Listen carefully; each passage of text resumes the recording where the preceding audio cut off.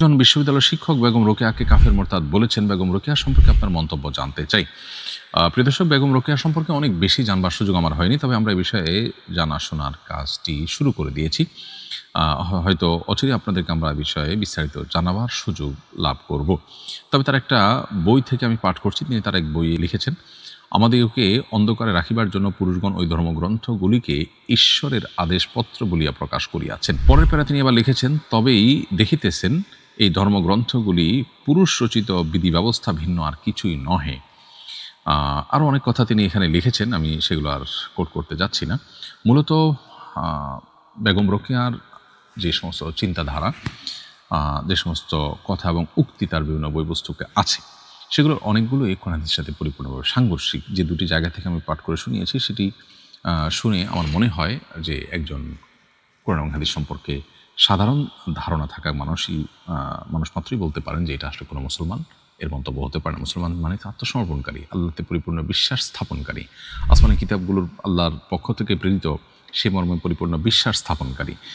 তিনি তার এই দ্বিতীয় পারার একটা পর্যায়ে বলেছেন যে মুনিদের বিধানে যে কথা শুনিতে পান, কোন স্ত্রী মুনির বিধানে হয়তো তাহার বিপরীত নিয়ম দেখিতে পাইতেন, কিন্তু স্ত্রী লোকদের সেরূপ যোগ্যতা কই যে মুনি ঋষি হইতে পারিতেন।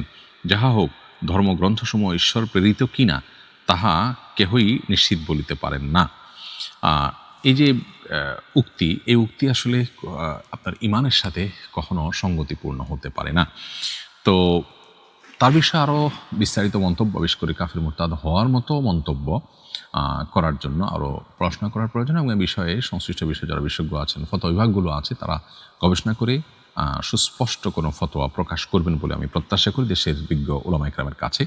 কিন্তু আমার আলাপের অন্য একটা জায়গা আছে। একজন বিশ্ববিদ্যালয়ের শিক্ষক তার একটি মতামত ব্যক্ত করেছেন।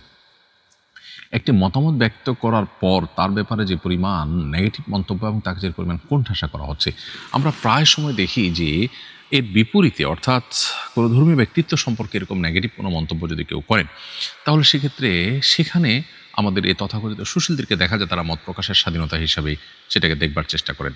তাহলে একজন বিশ্ববিদ্যালয়ের শিক্ষক তার একটি মত ব্যক্ত করেছেন, আপনি সেটা সাথে ডিবেট করেন বা সেটাকে অস্বীকার করেন, কিন্তু এর জন্য তার আপনি একহাত নিচ্ছেন, তার 14 গোষ্ঠী উদ্ধার করছেন, এর কারণটা কি?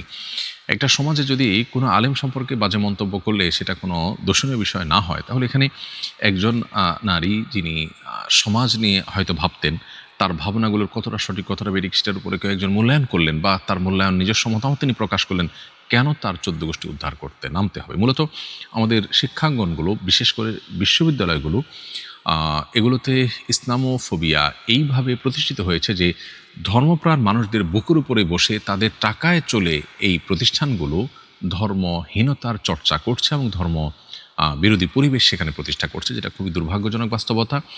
এবং এই দুর্ভাগ্যজনক অধ্যায়ের বিরুদ্ধে আমাদের কাজ করতে হবে এবং আমাদেরকে এখানে যথেষ্ট অবদান রাখবার সুযোগ আছে। এবং এই নতুন বাংলাদেশে অন্তত ইসলামোফোবিয়া কোনো অবস্থাতে শিক্ষা প্রতিষ্ঠানগুলোতে থাকতে পারে না। আপনি বাংলাদেশের ভূখণ্ডে থেকে বাংলাদেশের মানুষের চিন্তা চেতনা আদর্শ পরিপন্থী কাজ করবেন, কেউ ধর্ম পালন করতে চাইলে, কেউ ধার্মিক হতে চাইলে তাকে কোণঠাসা করবেন, তার ব্যাপারে আপনি মত প্রকাশের কোনো স্বাধীনতা রাখবেন না, এই অবিচার কখনো মেনে নেওয়া যায় না। বিধায় এই শিক্ষক, যার ব্যাপারে এখন আপনার অনেক বেশি নেগেটিভ মন্তব্য এক শ্রেণীর মানুষ করছেন, আমরা দেখছি, আমাদের উচিত তার পাশে দাঁড়ানো এবং তার ব্যাপারে কোনো প্রকার অবিচার হলে সেটার বিরুদ্ধে প্রতিবাদ জানানো এবং তার সহযোগিতা করা, এই ব্যক্তির সহযোগিতা করা এবং তার এই মত প্রকাশের স্বাধীনতার পক্ষে কথা বলা, এটা আমাদের কর্তব্যের অংশ।